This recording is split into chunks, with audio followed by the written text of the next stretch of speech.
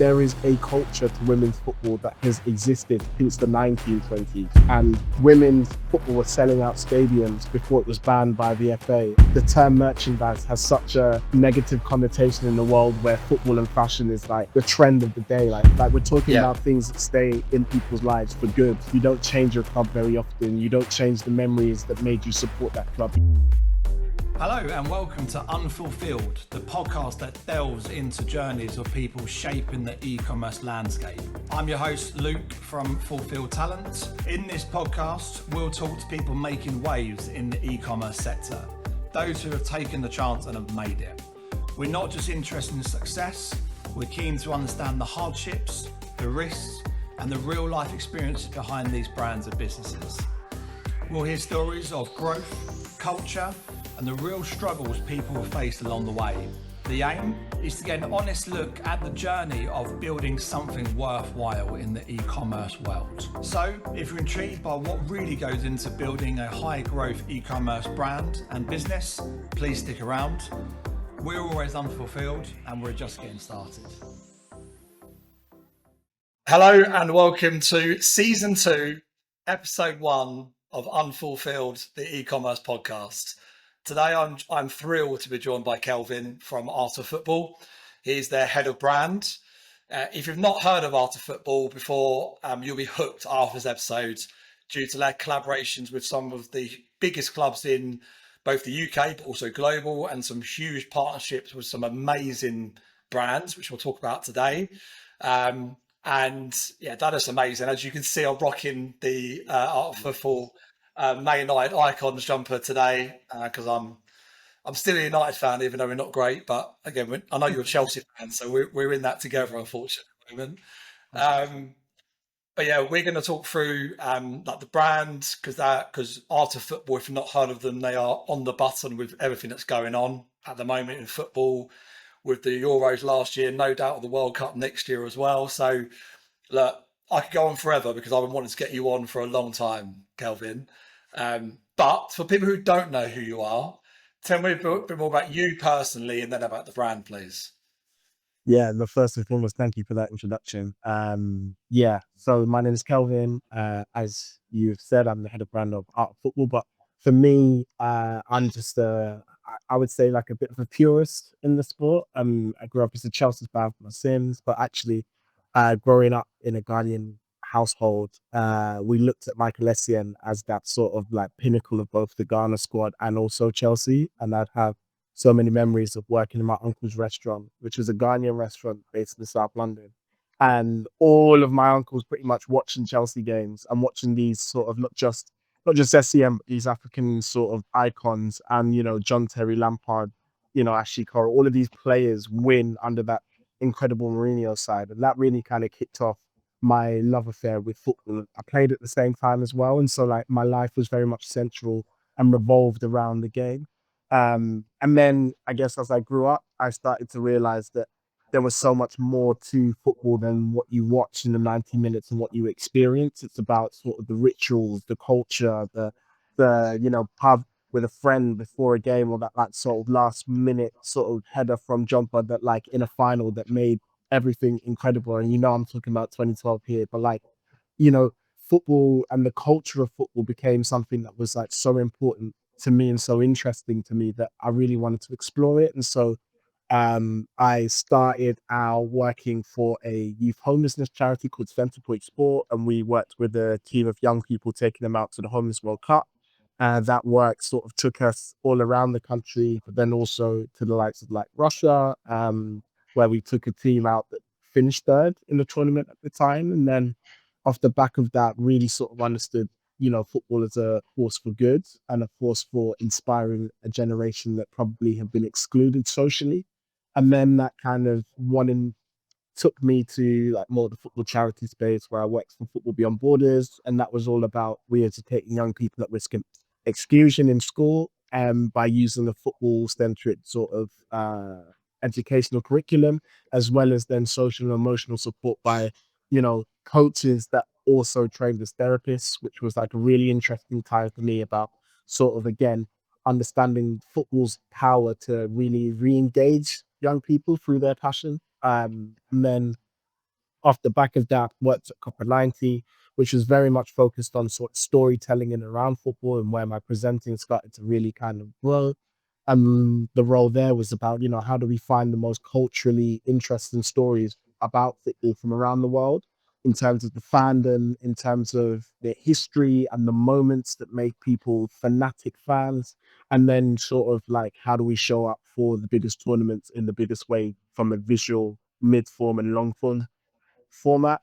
And then my time after that saw me work for Art Football, which, yeah, is obviously a football apparel brand that creates merchandise, that captures the moments that make you fall in love with football and expresses those through art on merchandise that people can buy, as a expression of like what their club means to them. So quite like you wearing the Man United Yeah, hoodie in that way, and all of the memories that are tied to all of those players for you, that's what we want to achieve with other people. So yeah, yeah. bit of a whistle stop tour.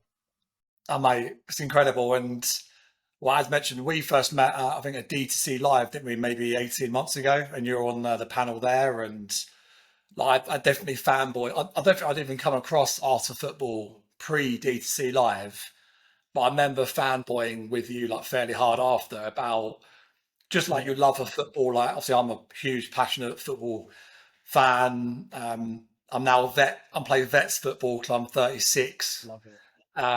Manage my son's team, manage a men's football team around here as well. So like football's been in my blood since I can remember. So listening to you talk about like and on stage, mate, and right now you are incredible in terms of that passion of what you bring to it as well. And I think that's probably what sort of drew or draws people in to you as well and the story. And I remember like us like chatting back and forth during the Euros last year, and like I'm going completely off script, like within 6 minutes of us starting That's this. cool. But like, let's just like jump straight into that like ridiculous story that happened last year. Obviously, like after Bellingham scored the overhead kick and then one done a celebration. Like, talk to me about what happened at that point with art of football and using that moment as you just talked about. Yeah, so I think like at that time, that was a real turning point for our World Cup campaign. I think a lot of sort of football brands go into a tournament, praying, begging that England wins it, and that knows the impact that it'll have on sales, knows the impact it'll have on brand reach and content.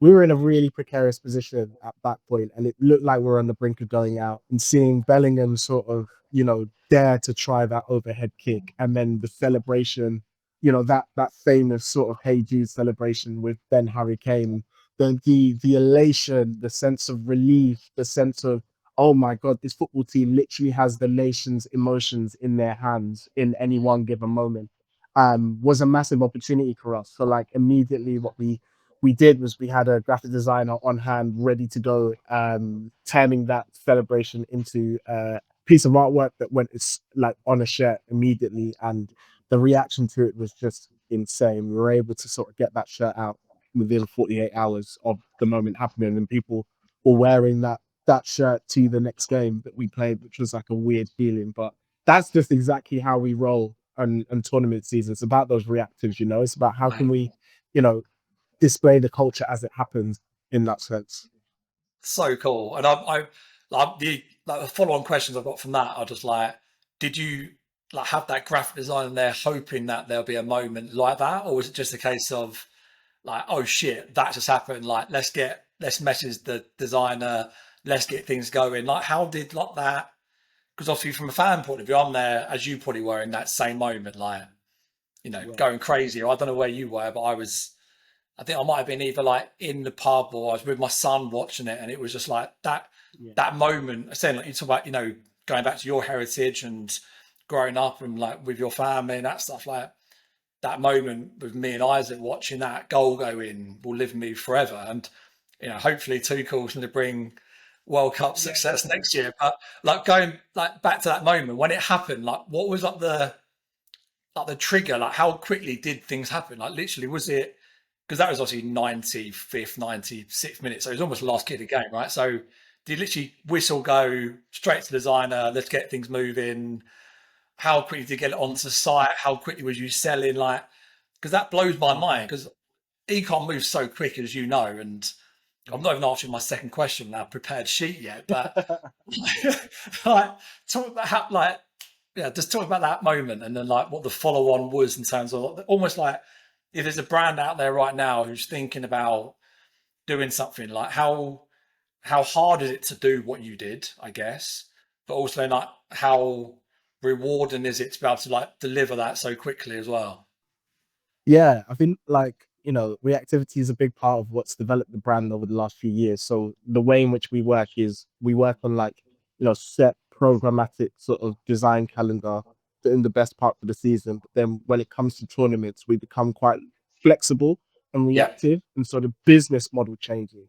And for us, sort of our roles became almost like this sort of newsroom style team that we were all on a WhatsApp group, basically all watching the game from our individual places. I was in the pub too, yeah, a few pints in, and I'm pretty sure the graphic designer, our lead graphic designer, was also a few pints in as well. But he had his laptop with him wherever he was, and we were just always communicating, looking at sort of what was happening in the game, having that art of football mindset whilst things are happening. And then as soon as the goal went in, it was kind of like you had the first sort of like 15 seconds of absolute elation, and then it was like, oh shit, okay, it's time to get this design out. And so yeah, immediately on the WhatsApp group we're throwing in ideas, right? Okay, thinking about what, one, the moment itself, the kit, two, the context, and then three, sort of, how do we, what art form do we want to express that through? And I think through regular repetitions over the past years we've got quicker and quicker at being able to get that right answer. And then he was just drawing pretty much like at least an hour and a half afterwards. And by that time, because of the way we work, we've got our blank stock we make to our specifications that when we bring in from Turkey and yeah. we hold them in Nottingham. And so we also have our own heat press machines, we have our own embroiders locally. So the ability to embellish that product is actually a very quick process. And so by the start of the next morning, we were ready to go live with the product online. And then it was just about printing to order basically off the back Right. of that. So you actually so you had it on the website ready to sell the following morning, not on that same evening. So it wasn't like yeah, that was it the next morning it was on like the Artful website, or when did it go up? Yeah, yeah. So it went up on social that night. Then it was like That pretty night. much up as an available product that night. And then it was like How many did you ready sell to over? sell How and many do print. you remember how many you sold overnight? Before you came the next morning, how many do you reckon you sold? Ah man, we sold quite a lot. I can't remember the numbers exactly, but it was like a busy morning for the team. And that was, and then that's all part of it, right? And that's all part of, creating these moments of peak, these small peaks within tournaments based on the sentiment and being able to give the fans what they want in that Yeah, moment. So it was a properly exciting process, but we've had like loads of those in the past few years. And that's what makes us love the job. I bet. I bet it does. All right, now back to question two on the sheet. Um, what made you get into like ecom? Was art of football your first e-commerce role?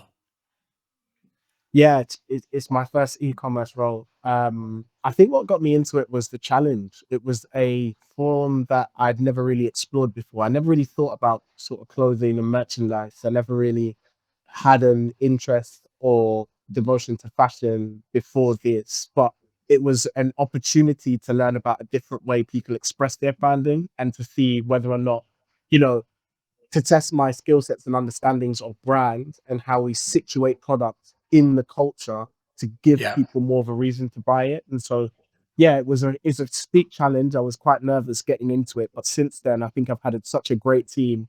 The founders are amazing at like helping me sort of grow my confidence in your space. But then also, I think, yeah, the moments is what teaches you how to get better the next time and those repetitions. And that's yeah, that's why I love it now. nice. And the background on the brand then. So like, talk about like, when was art of football set up? Like, has it always been this similar like story as I know it now, or has it developed and grown before and since you joined? Yeah, definitely. So Art of Football started 11 years ago. Two brothers from Nottingham, Luke and Gay, who actually were quite like crafty with business, and so were selling fake Obey t-shirts. and they were like sort of reactively putting them out as sort of like big brands like Obey would release a new collection, and that would be sort of how they started to grow money. They then realized actually we're both football fans, so why don't we put a alphabet list from A to Z of moments in football that have been like memorable, and why don't we Yeah. like draw them as artwork and put them on t-shirts? And Gabe was always the artist, and so they did that. And I think they had two designs, Henri and Burkamp design from that Invincible season, and then a Troy Deeney QPR Deeney moment Yeah. that Yeah. they put up, and immediately they saw the sales completely like take off, Really. and it was like, wow, okay, we're not selling Obey t-shirts anymore, this is where the business is at. And actually the what the opportunity they saw was that nobody was making reactive artwork on t-shirts that felt aspirational. It felt like, a lot of well, some sort of merchandise that's football related can feel quite cookie cutter, and especially like sometimes the bigger sportswear brands don't have the time to put the energy and effort into like really relatable merch. And so the early business model started with them hiring an artist, and they were just constantly like churning away like art-led designs, which was opening up a gap in the market and growing our community of people that are like, we want to get behind this brand, we want to wear these Mm. t-shirts. Anyways, it got to a stage probably about 6, 7 years in where the first sort of cease and desist started coming in from like the bigger sportswear brands, because it was like Okay. this once protected space, like who is this challenger brand basically flirting with the boundaries of merchandise and IP. And we started to realize that actually the doors were closing around us in terms of what we could do from an interpretation view whilst being unofficial. So yeah, at that point I think I'd joined the team, and then we started to think about how can we professionalize and how can we become more official, and it set us up an 18-month journey to securing basically club licenses. And the reason why we wanted to do that was because when you go into club stores, a lot of the merchandise just didn't feel very aspirational, didn't feel like it kind of tapped into current trends, and it didn't feel like it was that relatable to fans. And Yeah. so we wanted to just offer up something that felt more with the times. And since then, we saw like the first club we signed was their boyhood club, Nottingham Forest, which was a Was moment for it? them. But yeah, like the level of pride in their family and in them seeing the club that they've grown up supporting now stocking their items in their club store, and then seeing just the power of the badge and iconography in terms of the sales, like our sales completely trebled Really. instantly. And that was where we were like, right, okay, this is the way to go. And from there, we've gone from stroke to strength, collaboration to collaboration, which has led us to some incredible collaborative partners and moments that we generated. And in terms of other clubs, then, so you mentioned obviously Forest was the first one. Like, can you name drop a couple Yeah, others who are a part of the art football family? yeah, definitely.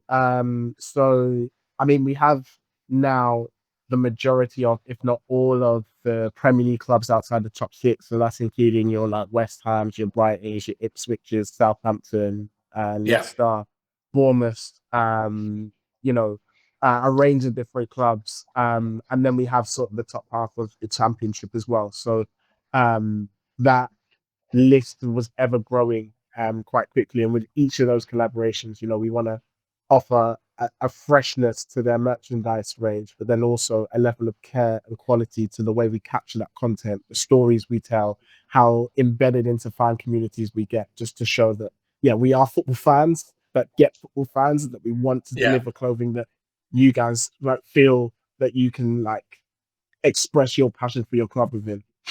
Yeah.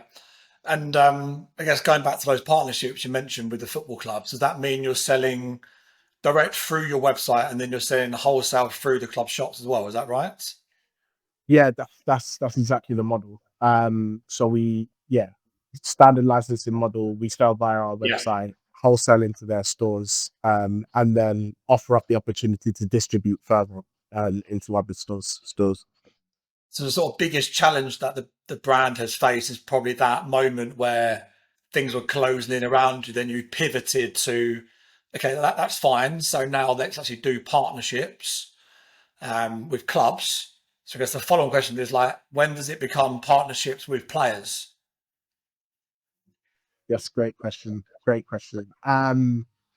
Yeah, I think that comes pretty soon. I think what clubs has allowed us to do is understand how to reset the company from an operational point of view to be able to deliver merchandise for wholesale orders, but then also to those individual client sets. And it's kind of allowed us to understand the licensing game. And for the first time, we've started to really kind of look at, say, ex players as that Mm, first step into the individual player license world and see, ex players that have a real significant cultural relevance to football. How can we retell their stories through merchandise and capture the moments that made the world watch them? And so watch yeah. this space, but there could be a couple really exciting collaborations Is coming.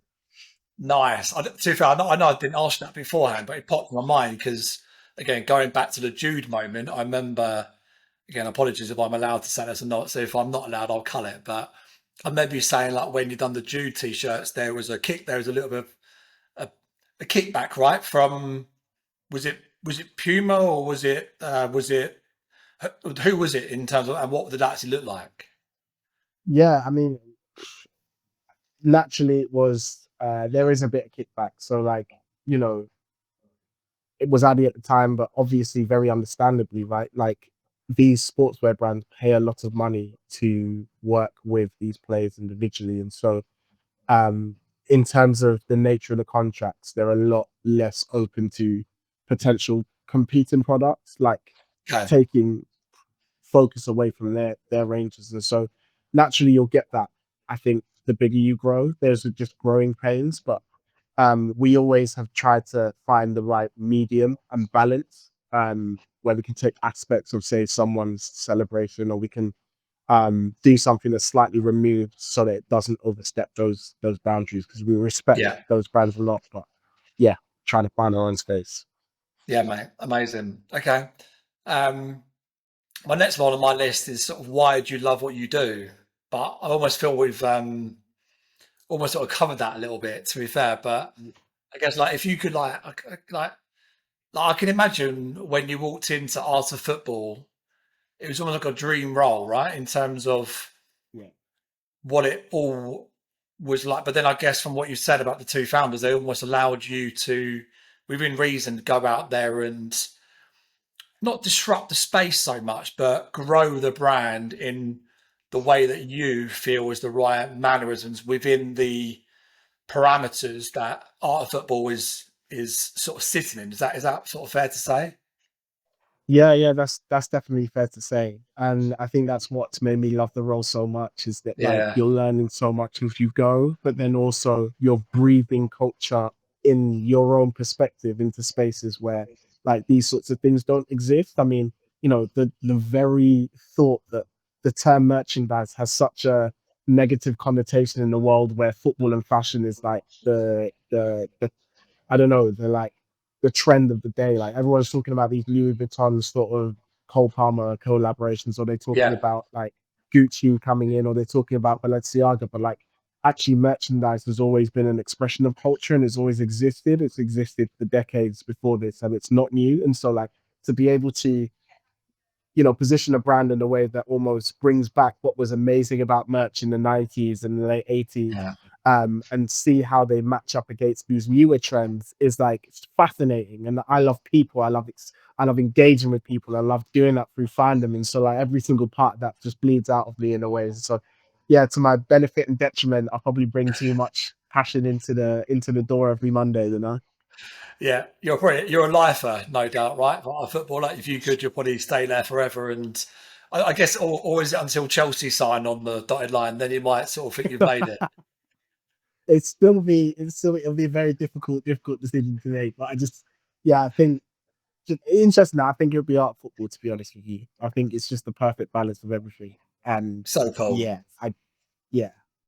It's cool, man. I mean, again, I don't mind saying this. Like I said, I've followed since we met. I've been following the brand basically, and like I jokingly said, "Oh, let's have one of the hoodies for our pod." And you were so kind to send it, mate. And like, I've worn this out so many times, and people like, I love that. Like, what is AOF? And I've explained about the brand, and again, I find it pretty.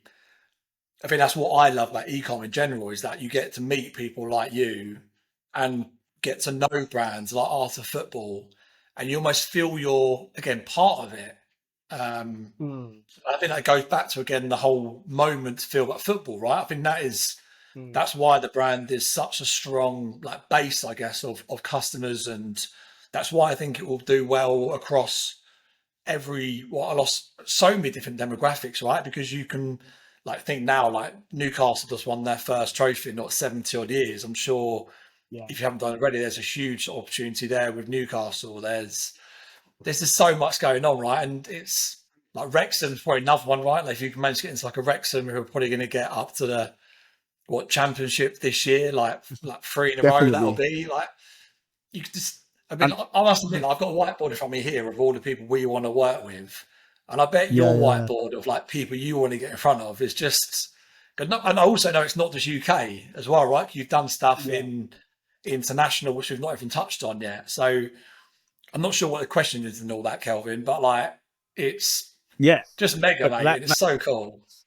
that's the fascinating thing about it, and the fascinating thing about football, right, is that like these clubs have been around for what at least 100 years, 150 years, like some even longer than that. They're cathedrals in the lives of people, and like they are all that a lot of people tie a lot of their identity towards. And so to be able to be given and trusted with the iconography that they've built so many memories around, that they have so many of their defining moments around, so many of their developmental moments around, is just a real sort of blessing and showing of the power of merchandise in a world that is so, I don't know, influenced by fleeting trends, influenced by the next TikTok video, or like, stuff that is very momentary.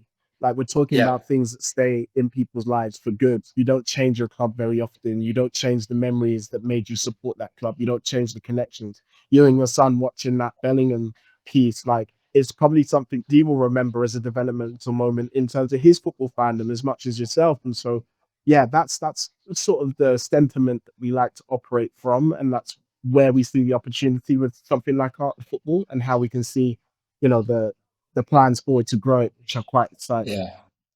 Again, looking at his jumper, right? You've got one of the only you've Bob Charlton, you've got Solskjaer, you've got Cantona, you've got the Wayne Rooney guy, you've got the Becker, like you've got and then you can do this for every club, can't you? Right? Yeah, You can do it at Chelsea. You could have going back, you could have JT, Lampard, Didier, Joey Barr. Yeah, maybe even Hazard, sort of like when he's hitting that goal against Tottenham, that last minute 2-2, which stopped Tottenham like challenging for league. Like I know there's better 100%. moments in your history than that one to fall on, But, but but but then on that point there, it's like, and from an ecom perspective, the biggest challenge for us has been how do you shift away from being the moments brand, which isn't is yeah, great for that short period of time, but not very repeatable and not very translatable, to creating pieces of merchandise that you can apply across all clubs or across all partnerships, across all collaborations. And so, like, the concept of the icon was always about how do we create five sort of figureheads of a person's fandom for their club, and express that through the moments that really define their careers, and then give that to fans on a piece of garment that looks and feels good to wear. And that has existed with sort of our icons, our classics, our football jerseys, which the Guinness jersey is a great example of. But it's yeah, like what we're trying to really sort of figure out as a team is what those repeatable evergreen products look like, that all fans and all clubs can see themselves reflected through. yeah. So yeah. It's cool, man. And to tell you, just touch on my next point. I was going to talk about Guinness as my next sort of talking point in my head to go over. So, yeah, talk to me about Guinness, how that came about, and what it is exactly for people who don't know. Yeah, so the Guinness collaboration. So ultimately, we've collaborated with Guinness, who became the lead beer sponsor of the Premier League, and they approached us at the end of last summer, basically saying that we want to work with a merchandise company, and we feel like you guys, really reflect the culture. We feel like you guys share our passion for sport, and we'd love to collaborate with you. And so they gave us the brief of creating a football jersey that really encapsulates Guinness's heritage in sport and through the lens of football, but then also leaning on a pattern that has a sort of relevance to the football community. And so yeah, we worked really hard on developing a jersey that had all of those elements to it, and probably one of the biggest challenges that we had undertook. But once the jersey launched, we shot it in Dublin. It was an incredible shoot, and it absolutely flew out the shelves. It was our fastest growing product that we had ever sold. I think it was Wow. also the products that we were asked to print the biggest quantities of. So we held a lot of like risk in ourselves. I think we printed initially 5,000 shirts, and it Wow. was like, oh my god, like we've only really been used to selling about 300 at most, right? So like, Yeah. are we ready for this sort of jump? And then when it came out, it was like we sold 1,000 within the first hour and a half. And then it was like, and then it was just flying out, and those numbers just went so quickly, and it was just like on top of an already busy Black Friday and Christmas, we've got this Yeah. beast of the Guinness that has completely changed things. And since it's come out, we've been sort of 80 to 100% up month on month with the introduction of a Guinness. Crazy. It's been an insane period. But going back to the start of that story, the fact that they approached you, the brand, after football, to do that with a background like Guinness doing that, like that must have almost been like that. Not quite, not sure if it's a pinch me moment, right? But it must have been like a case of like, shit, all the hard work over the last 3 years or even 11 years when the boys set it up, right? Like it's been not like worth it, just like one moment, but that almost like at least gives you that vindication or verification almost, right? Like someone like Guinness, who obviously like a well-known brand across the whole world, came to you and said, "We want to do merchandise. Like, what can you put together?" And yeah, just the fact you made that like sound like just another day in the office was just Oh blew my man, mind a no, little bit, like Kelvin, to be honest. everything stopped. Like everyone, I remember that email coming in and just being like, "Oh my god!" Like Did it you're not come gonna to you believe as this. well? Yeah, it came to me. It was like, "Oh my god, Guinness are emailing," and I think everyone just stopped. And again, for Gabe and Luke, like, yeah, this is the baby that you built for the last 11 years. When it was Obey t-shirts to your first design, we never would have imagined that then a huge Mm. brand like Guinness would come in. And yeah, it's just a real recognition of the hard work. I think people always see the wins, and think that that's all that's characterized us. But we've had so many difficult moments, and to be able to come on top of that and then get this collaboration in, yeah, it was just massive for us. No, mate, it's so And they're cool. fun. They're a fun brand. Like they really get the culture of sport and understand that their entry into football needed to feel authentic. It needed Mm. to be playful in a way, but still keep the premium sort of aesthetic of that iconic brand. Like, yeah, iconic brand. And so, yeah, it was just a moment, and then we saw the Guinness shirt featured on British GQ, and it was just like, wow, this is merchandise on British GQ. Like, Yeah. think about the full circle in that. And so, yeah, it was amazing. Wow. I bet the trip to Guinness wasn't half bad either, right? Not too bad at all. Like, it was definitely an amazing trip. I'll say that. There might be an off camera conversation, maybe, Kelvin, right? That's enough. Yeah, yeah, that might be there. But let's talk about like the Women's World Cup as well, because like, I know I think that's another huge thing like football nowadays. It's got to continue that trend of being inclusive and good for everybody, right? So like the Women's World Cup, to what you're doing with them and what the future that looks like as well. Yeah, I guess the Women's World Cup's been a really sort of um, exciting sort of project that we undertook. We went out to Australia, and we took a blank button down. So this is again real brand activation here, but we took a blank button down and we wanted to embroider the moments from the tournament as they happen, and build this out into like an overall art piece called the Button Down Under. And ultimately, we created a whole content series as these like huge milestone moments, whether this is like you know, a player scoring the first goal at a World Cup for their nation in their history to, Mm. you know, a player, um, you know, decorating what has been an illustrious career. We filled that shirt full of incredible moments and managed to then like get those moments featured within the camp. Leah Williamson, yeah, like flew out to Australia and wore one of the shirts. But and immediately once that shirt was ready to launch, we had like 3 weeks of content that it started from, and then it sold out within like again within an hour or so. Wow.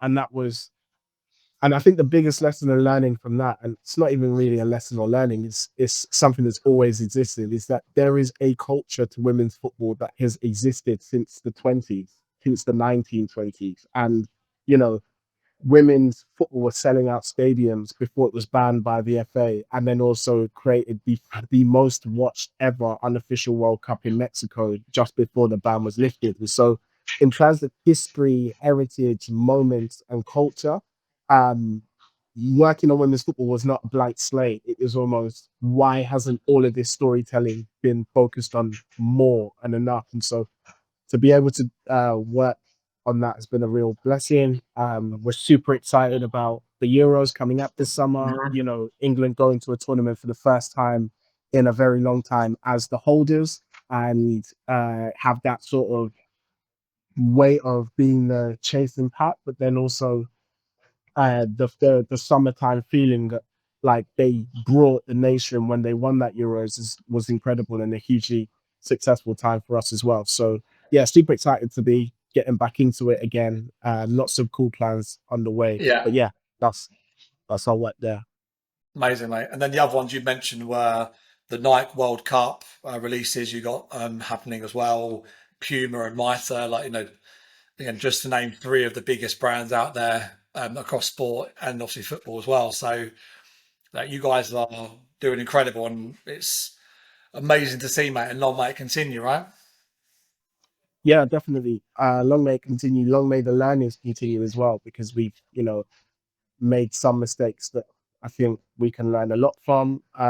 We've definitely been one of those brands that I think, because we love the creative side of everything and the marketing, it's very easy to like leave the sales and the like conversion side like adrift. And so as young leaders, it's like you've been trying to figure out what is the right sort of balance of both, and how can you show up in both sorts of spaces. And so yeah, the future looks exciting, man. And I can't wait for you guys to see what we've got coming next.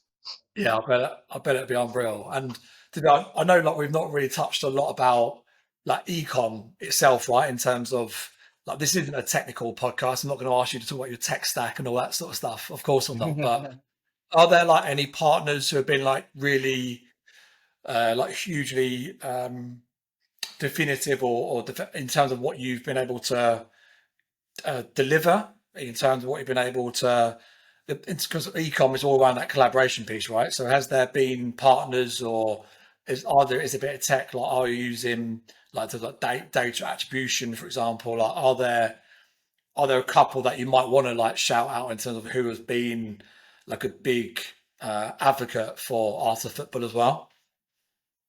Yeah, definitely. So there's a few.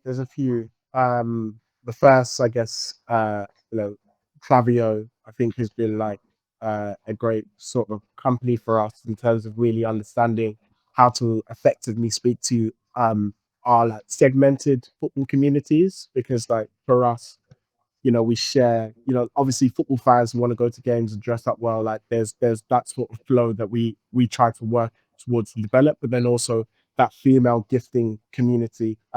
We are starting to see us as go-to gifters for like, you know, a husband or a boyfriend or a brother. Yeah. And so being able to work with them to be able to really be targeted in our marketing has been really important.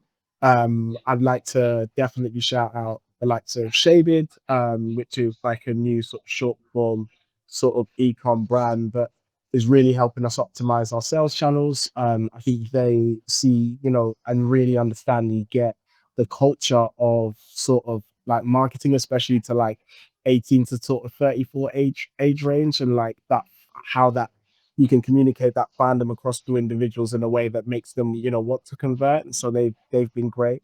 An agency that we've used, One Up, for our paid ads. An individual client, Alex, I think she's been incredible in terms of helping us really be targeted around our paid ad strategy, understand what product works really well, what aspects of that product is driving click through, and as well as then, the opportunity to scale certain products that like we know are doing really well and have the potential to do even better. And so, yeah, I'd say those are like great people that we want to shout out. And then obviously, there's company Alveo. Yeah, they were great in terms of helping us on board with all of our clubs initially and make the integration of our product page to a club's website seamless, so that when a fan comes and buys merchandise, they're not clicking through too many different Yeah, spaces. I'd say like if it was like for their early support, like that that shift into official club would have been a lot more clunky. And so yeah, have to definitely shout them out. love that. Yeah, Ian is a stalwart of the ecom community, isn't He he? So is an absolute legend, an he is absolute a legend, legend. a Yeah, that's very mentor. true.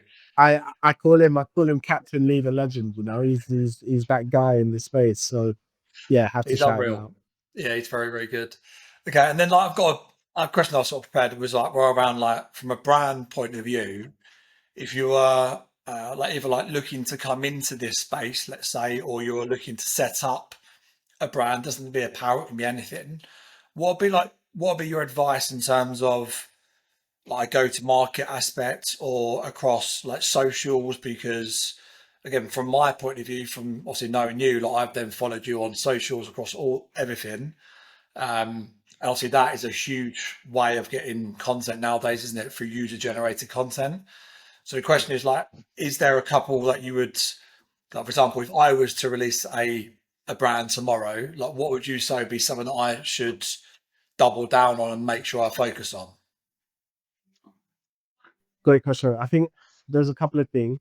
I think the first thing to really understand is, what is it about your brand that makes you unique? What are you delivering to your consumer base that like you feel is the real gap in the market? So for us, it was like that in between like overpriced sort of sportswear that wasn't as accessible, but then also like good quality design that we felt is an elevation from what was already in the club store.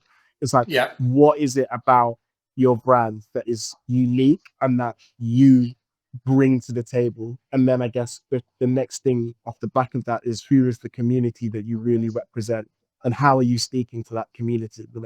How, what is it what does it mean for a member of your community to buy your product over others, and how does it help them express themselves? And then the final thing is, how do you then situate that product in the heart of the stories that represent that community? Because Mm, that's the content that really, tends to cut through, that people need to be able to relate to the spaces that your product sits within, to be able to see themselves buying it and see themselves wearing it. So yeah, those would be the advice that I'd give. love that. And then last couple of questions would be first one is around like apart from telling me who you're really partnering with, what's the sort of future like 12 months look like for Arthur Football? Like where do you want to be by this time 2026? Like don't need revenue numbers or anything, but what are like the again, is it I want to be in Chelsea's mega store and I want to be partnering with them? Like what is that in the next like what's your North Star next 12 months? So we're currently going through a rebrand process, where the art of all that you've come to know for the last 11 years will change its name slightly, to Art of. And Art of will allow us to really double down on the moments that matter, but not just for football, but Football, yeah. potentially other sports. And really sort of have a bit more of a holistic point of view on merchandise across all sport, and what you can do when you plug in, the iconic moments, the artistic application, and the quality of garment, to like a range of different sports. And so yeah, we're currently working really hard at getting that sort of next stage right, as well as then some potential epic collaborations, that I can't. Yeah, yeah.